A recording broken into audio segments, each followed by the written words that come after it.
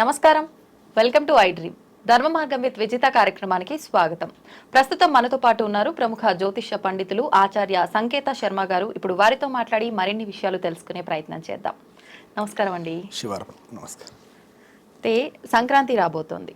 సంక్రాంతి అనగానే మనం మిగతా పండగల్లా ఒక రోజు అలా కాకుండా ఇది 3 రోజులుగా జరుపుకునే పండుగ. కానీ ఇది ప్రాంతాన్ని బట్టి జరుపుకుంటూ ఉంటారు. కొన్ని ప్రాంతాల్లో 3 రోజులు ప్రత్యేకంగానే జరుపుకుంటారు, కొన్ని ప్రాంతాల్లో మొదటి 2 రోజులు మాత్రమే జరుపుకుంటారు, కొన్ని ప్రాంతాల్లో 1 రోజుగా జరుపుకుంటారు. ఇలా రకరకాలుగా చూస్తూ ఉంటాం.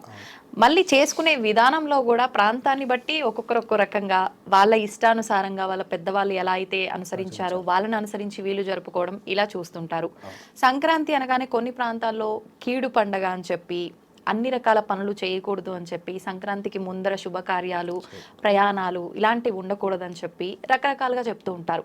అసలు నిజంగా ఏంటి సంక్రాంతి యొక్క వెనకాల ఉన్న ఆంతర్యం ఏంటండి? మన హిందువులు ఆచరించేటువంటి పండుగలలో అతి ముఖ్యమైనటువంటిది సంక్రాంతి. మీరు వేరే ఏ పండుగలు తీసుకున్నా చాంద్రమానం ప్రకారంగా తిథులను బట్టి నిర్ణయిస్తారు.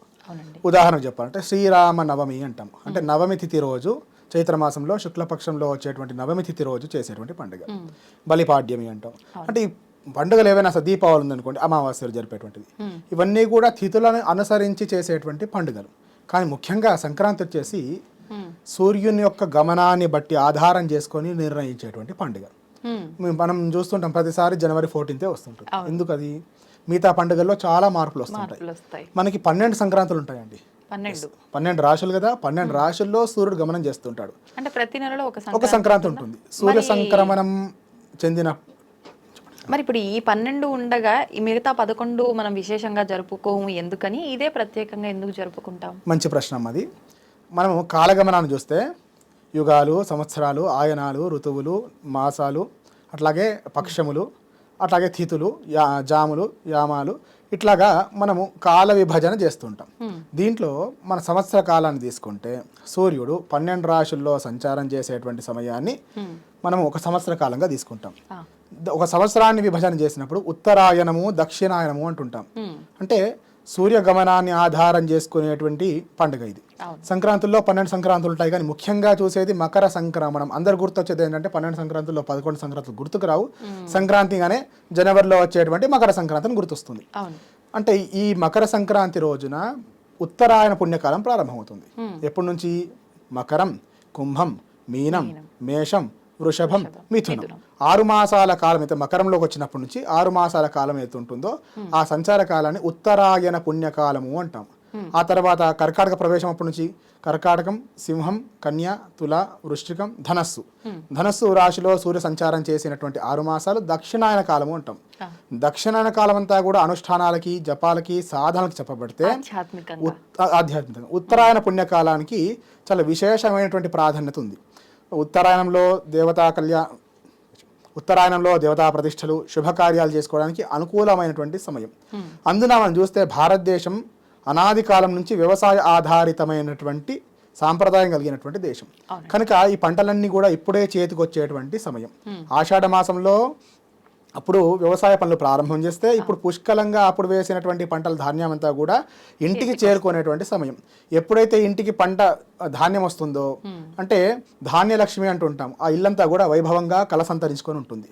కనుక ఈ సంక్రాంతికి అంత ప్రాధాన్యత ఇవ్వబడింది. ఈ సంక్రాంతిని ముఖ్యంగా 3 రోజులు జరుపుకుంటుంటాం. భోగి ఎందుకుంటున్నానంటే భోగాన్ని అనుభవించేది.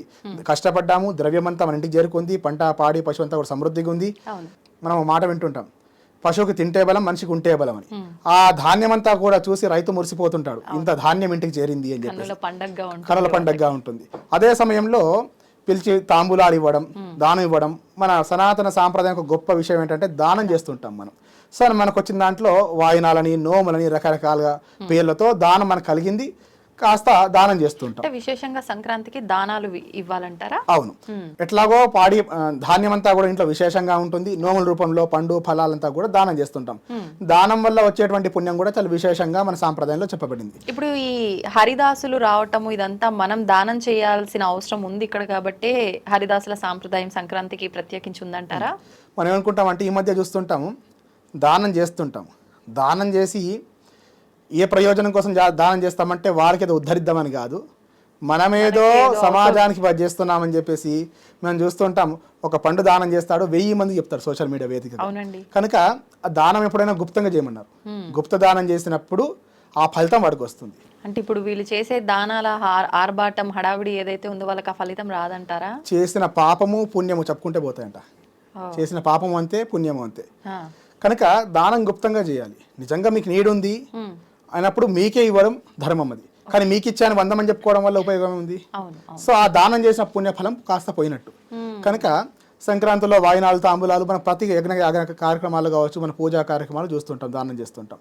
అట్లాగా భోగి రోజున భోగి మంటలు విశేషంగా చూస్తూ ఉంటాము. ప్రత్యేకించి చాలా మంది భోగి మంటలు అనగానే ఇంట్లో ఉన్న పాత వస్తువులు, పాత బట్టలు, చాలా మంది చీపుర్లు కూడా వేస్తూ ఉంటారని చెప్పి విన్నాము. నిజంగా అగ్ని అంటే కూడా మనం దైవంగానే భావిస్తాము. అటువంటప్పుడు చీపుర్లు, ఈ పాతవి అన్ని అందులో వేయటం సరైన పద్ధతే అంటారా?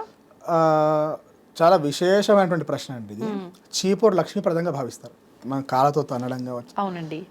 నడిచేటువంటి మార్గంలో కనీసం కాలు తగిన నమస్కారం చేస్తాం.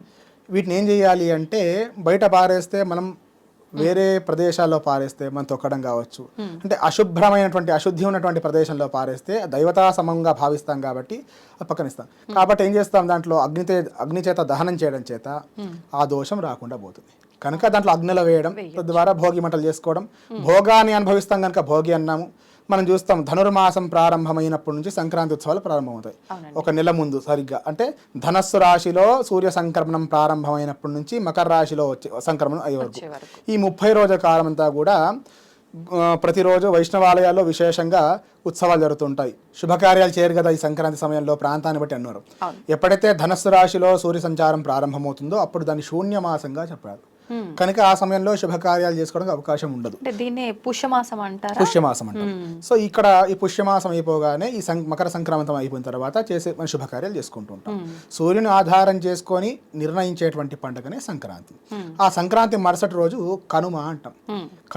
కనుమ చూస్తే మన సాంప్రదాయంలో గొప్ప విషయం ఏంటంటే కృతజ్ఞతాభావం కలిగి ఉంటాం. ప్రతి వస్తువు యందు దైవత్వాన్ని చూస్తుంటాం మనం. కనుక ఈ పాడి ఇంటికి వస్తుంది, పంటలు వస్తున్నాయి అంటే సహకరించినటువంటి పాడికి కూడా సభక్తికంగా పూజ చేస్తుంటాం మనం. కనుమ రోజు గోవులకి, వృషభాలకి. కనుమ రోజు పశువుల పండగ అంటారు. కనుక దానికి సహకరించినటువంటి పాలేర్లకి, వాళ్ళకి మాకు యథాశక్తిగా వచ్చినటువంటి ద్రవ్యంలో వారికి ఆస్తి ఇవ్వడము, కృతజ్ఞతాభావాన్ని ప్రదర్శించుకోవడం లాంటివని కనుమ రోజు చూస్తుంటాం. అంతేకాకుండా కనుమ రోజు కాకైనా ప్రయాణం చేయదు అంటారు. సో కనుమ రోజు ప్రయాణం చేయకూడదని ప్రమాణం కూడా ఉంది. శవదాహే గ్రామదాహే సపిండీ కరణేతత శక్త్యుత్సవే సంక్రాంతౌ న గంతవ్యం పరేహని అని చెప్తారు. 5 కనుమలు ఉంటాయండి. గ్రామదాహే, గ్రామం దహించబడినటువంటి మరుసటి రోజు. శవదాహే, శవాన్ని దహించినటువంటి మరుసటి రోజు. సపండీకరణ అంటే మనం చేసే 12వ రోజు ఉంటుంది కదా, పోయిన తర్వాత ఆ 12 రోజు తర్వాత, ఆ తర్వాత శక్త్యోత్సవే, అమ్మవారి జాతర అయినటువంటి మరుసటి రోజు, సంక్రాంతి మరుసటి రోజుని కనుమ అంటుంటాం. ఈ 5 కనుమల్లో ప్రయాణం చేయకూడదు అంటారు. అది శ్రేయస్కారం కాదని చెప్పేసి 5 కనుమలు చెప్పారు. అందుకే కనుమ రోజు మనం కాకైనా ప్రయాణం చేయదు, కాకైనా బయలుదేరదు అన్నటువంటి మాట వింటుంటాం. పండగకు వచ్చినటువంటి వాళ్ళు ఆ మన దగ్గర ఉన్నటువంటి పాడిని పూజిస్తుంటాము. ఆ రోజు ప్రయాణం చేయడం అంత శ్రేయస్కరం కాదు. చేసిన పక్షంలో ఒకవేళ తప్పనిసరి చేయాల్సి వస్తే చేయకూడదు అని ఎప్పుడైతే ధర్మంలో చెప్పబడిందో దానికి అనేక విషయాల్లో ఆలోచించి మన పూర్వీకులు నిర్ణయం చేసినటువంటి సందర్భం. చేయవలసినటువంటి అత్యవసర సందర్భం వచ్చింది, హాస్పిటల్కే వెళ్ళాల్సి వచ్చింది అనుకుందాం. ఇప్పుడు వేరే అవసరం కాదు, హాస్పిటల్కి వెళ్ళాల్సి వచ్చింది. అటువంటి సందర్భంలో ఇష్టదేవతారాధన అంటే భగవంతుని మనసులో స్మరణం చేసి వెళ్తే అశుభ ఫలితాన్ని తీవ్రత తగ్గుతుంది. కులదేవతను మనసులో స్మరించుకొని వెళ్తే అశుభ ఫలితాన్ని తగ్గుతుంది అని చెప్పేసి చెప్పబడింది. అయితే ఇప్పుడు మీరు చెప్పిన ఈ 5 కనుమలు సాధారణంగా ఎక్కడో అక్కడ ప్రతిసారి జరుగుతూనే ఉంటాయి.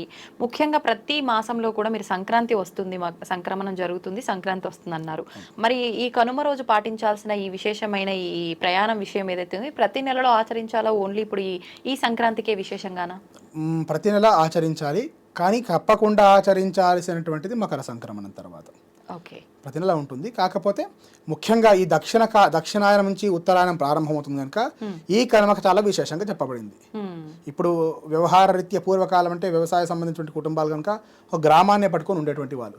కానీ ఇప్పుడున్న సందర్భాల్లో అనేక ప్రయాణాలు చేసినటువంటి సందర్భాలు కనుక అటువంటి సందర్భంలో కొంత మన శాస్త్రంలో గొప్ప విషయం అంటే కొన్ని మినహాయింపులు, కొన్ని ప్రాయశ్చిత్తాలు, కొన్ని పరిహారాలు అన్ని కూడా చెప్పబడ్డాయి. ఒకవేళ చేయవలసి వస్తే ఏంది, చేస్తే ఏంటి, చేయకపోతే ఎటువంటి నియమాలు పాటిస్తే దాని నుంచి అశుభాన్ని నుంచి బయటపడగలుగుతాము అని చెప్పబడ్డది.